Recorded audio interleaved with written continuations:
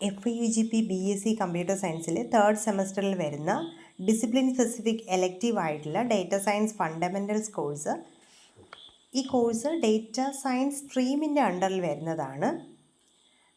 ഈ കോഴ്സിൻ്റെ ഒരു ട്യൂട്ടോറിയലാണ് സ്റ്റാർട്ട് ചെയ്യുന്നത്. FIUGP BSc കമ്പ്യൂട്ടർ സയൻസ് അതുപോലെ BCA പഠിക്കുന്ന വിദ്യാർത്ഥികൾക്ക് ഉപകാരപ്പെടുന്ന വീഡിയോ ആയിരിക്കും ഇത്. നേരെ ക്ലാസ്സിലേക്ക് പോവാം.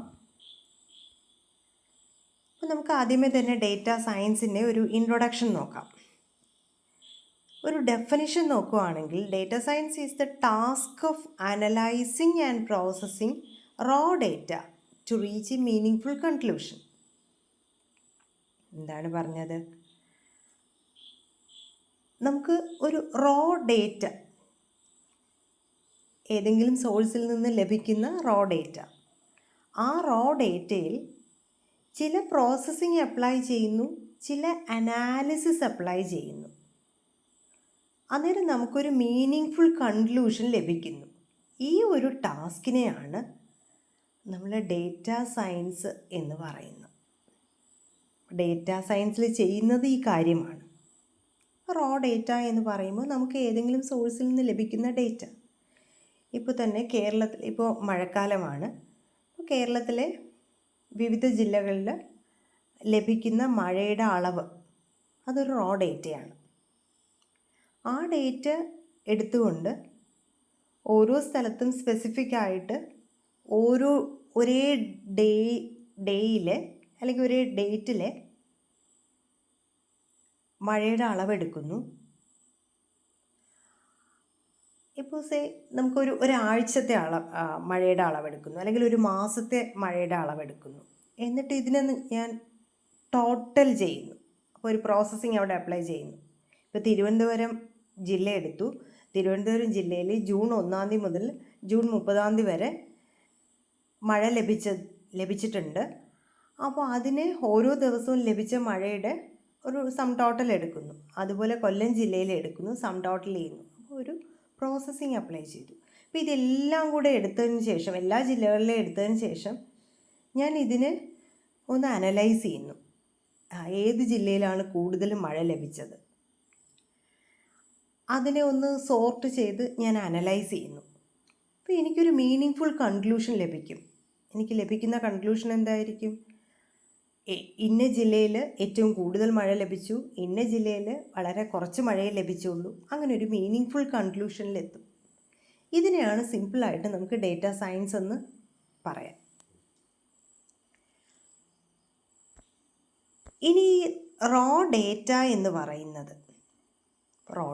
പറയുന്നത് പലതരത്തിലുള്ള ഡേറ്റയാകാം. ആ ഡേറ്റയെ നമുക്ക് പല കാറ്റഗറിയിൽ ഉൾപ്പെടുത്താം. അങ്ങനെ ഡേറ്റയെ നമുക്കൊരു 4 മെയിൻ കാറ്റഗറി ആയിട്ട് ഡിവൈഡ് ചെയ്യാൻ പറ്റും. Nominal data, ordinal data, interval data, ratio data. ഇനി ഓരോ ഡേറ്റയും എന്താണെന്ന് നോക്കാം. ആദ്യത്തെ നോമിനൽ ഡേറ്റ.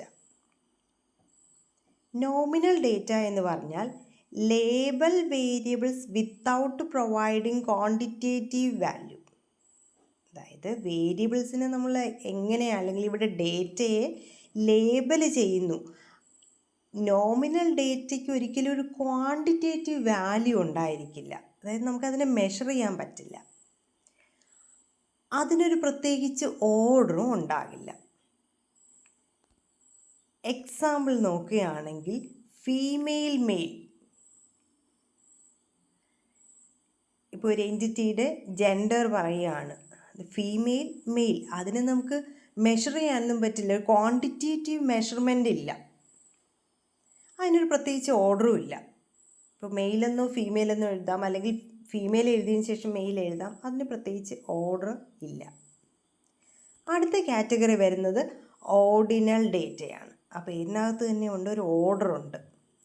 ഇവിടെ വാല്യൂസ് തമ്മിലൊരു നാച്ചുറൽ ഓർഡർ ഉണ്ടായിരിക്കും. എക്സാമ്പിൾ നോക്കുകയാണെങ്കിൽ ഇവിടെ തന്നിരിക്കുന്ന എക്സാമ്പിൾസ് സ്ട്രോങ്ലി എഗ്രി, ഡിസെഗ്രി. ഈ എക്സാമ്പിൾസ് നമുക്ക് ചില ഒപ്പീനിയൻ സർവേയിലൊക്കെ ഇതുപോലെ ഓപ്ഷൻസ് തന്നിരിക്കും. ഒരു ക്വസ്റ്റ്യൻ ചോദിച്ചതിന് ശേഷം കുറച്ച് ഓപ്ഷൻസ് തരും. ആ ഓപ്ഷൻസ് എപ്പോഴും തരുന്നത് ഒരു പർട്ടിക്കുലർ ഓർഡറിലായിരിക്കും.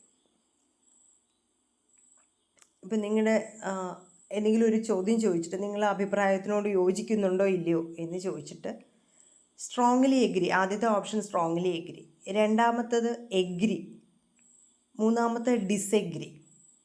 അപ്പോൾ ഇവിടെ നോക്കി, ഇവിടെ നമുക്ക് സ്ട്രോങ്ലി എഗ്രി കഴിഞ്ഞിട്ടാണ് എഗ്രി വരുന്നത്, അത് കഴിഞ്ഞിട്ടാണ് ഡിസെഗ്രി വരുന്നത്. അപ്പോൾ അവിടെ ഒരു ഓർഡറിങ് ഉണ്ട്.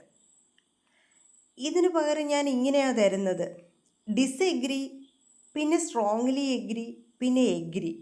അങ്ങനെ വന്നു കഴിഞ്ഞാൽ അവിടെ ഒരു ഓർഡറിങ് നമുക്ക് നഷ്ടമായതായിട്ട് ഫീൽ ചെയ്യും. അപ്പോൾ ഓർഡിനൽ ഡേറ്റ എന്ന് പറഞ്ഞാൽ തരുന്ന ഡേറ്റയിൽ ഒരു പർട്ടിക്കുലർ ഓർഡർ ഉണ്ടായിരിക്കും. ആ ഓർഡർ മെയിൻറ്റെയിൻ ചെയ്താൽ മാത്രമേ ആ ഡേറ്റ മീനിങ് ഫുൾ ആകുന്നുള്ളൂ. അടുത്ത കാറ്റഗറി ഇൻ്റർവൽ ഡേറ്റയാണ്.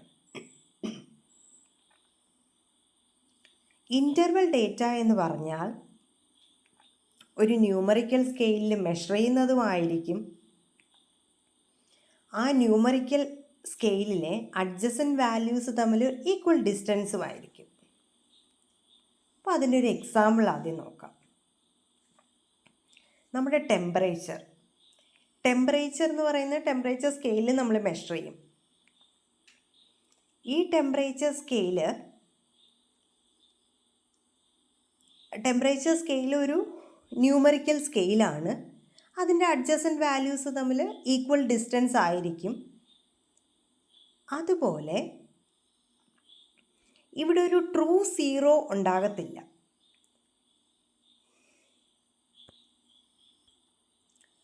ഇവിടെ സീറോ എന്ന് പറഞ്ഞാൽ ഒരു ഡേറ്റ വാല്യൂ തന്നെയാണ്. അതായത് 0 ഡിഗ്രി സെൽഷ്യസ് എന്ന് പറഞ്ഞാൽ അതൊരു വാലിഡ് ഡേറ്റയാണ്. 0 ഒരു എന്തിൻ്റെങ്കിലും ആബ്സെൻസിനെ അല്ല സൂചിപ്പിക്കുന്നത്. 0 does not denote the absence of something. 0 എന്ന് പറഞ്ഞാൽ ഡേറ്റ വാല്യൂ ആണ്. ഇനി അടുത്ത നോക്കാം, റേഷ്യോ ഡേറ്റ. ഇവിടെ നമ്മുടെ ഇൻ്റർവൽ ഡേറ്റയിൽ പറഞ്ഞതുപോലെ തന്നെ measured in A numerical scale, അങ്ങനെ തന്നെയാണ് റേഷ്യോ ഡേറ്റയുടെ ഡെഫിനിഷൻ നമുക്ക് പറയാൻ പറ്റുന്നത്. അതുപോലെ അഡ്ജസൻറ്റ് വാല്യൂസ് തമ്മിൽ ഈക്വൽ ഡിസ്റ്റൻസ് ആയിരിക്കും. പക്ഷേ ഇവിടെ ഡിഫറൻസ് വരുന്നത്, ഇവിടെ ഒരു മീനിങ് ഫുൾ 0 ഉണ്ട്. ഇൻ്റർവൽ ഡേറ്റയിൽ 0 എന്ന് പറഞ്ഞാൽ ഒരു ഡേറ്റ വാല്യൂ ആണെന്ന് പറഞ്ഞു. പക്ഷെ റേഷ്യോ ഡേറ്റയിൽ വരുമ്പോൾ 0 എന്ന് പറഞ്ഞാൽ അത് 0 ആണ്, ആബ്സെൻസ് ഓഫ് സംതിങ് ആണ്, അതൊരു ഡേറ്റ വാല്യൂ അല്ല. എക്സാമ്പിൾ നോക്കാം, വെയ്റ്റ് ഇൻ kg.